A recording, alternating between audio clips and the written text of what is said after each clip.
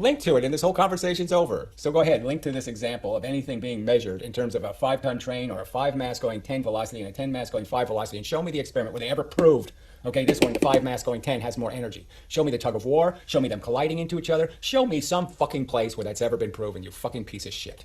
Alright, so I have done once again an experiment to prove yet again that a 1 mass going twice as fast produces more energy than a 2 mass going half as fast. So what I've done is I have let a 1 mass cart with a spring attached to it to the front. I have let it collide against a wooden block and then measured the displacement.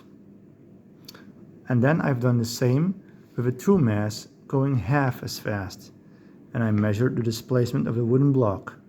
Now, if it is true that momentum is energy, then the 1 mass going 2 velocity and the 2 mass going 1 velocity should produce the exact same amount of energy, and therefore the displacement of the wooden block should be exactly the same in both cases. Now, of course, in reality, that does not happen.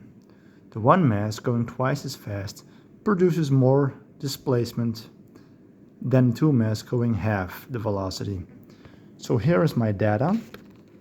I have 5 trials for the 1 mass going twice as fast. I have 5 trials for the 1 mass going 1 velocity. I have 5 trials for the 2 mass going 1 velocity.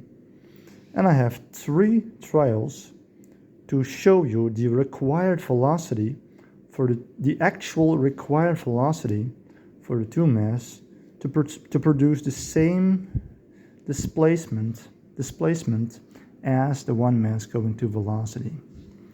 So here we have 5 timings for the 1 mass going twice as fast.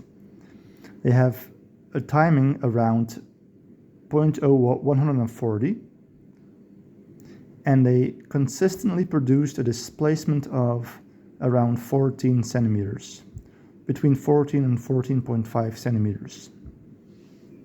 Then the same 1 mass, half the velocity, so which means it should have a timing of twice this amount, so around 280, and we have 277, 284, 274, 284, and 276, so it's around 280, which is half the velocity. And that produced a displacement between 3.5 and 3.9. Now, this means that for the 1 mass going twice as fast, the displacement is around 4 times as much as the 1 mass going half as fast. Now, I think both parties agree on this, that the 1 mass going twice as fast produces 4 times the displacement. And I have proven this experimentally.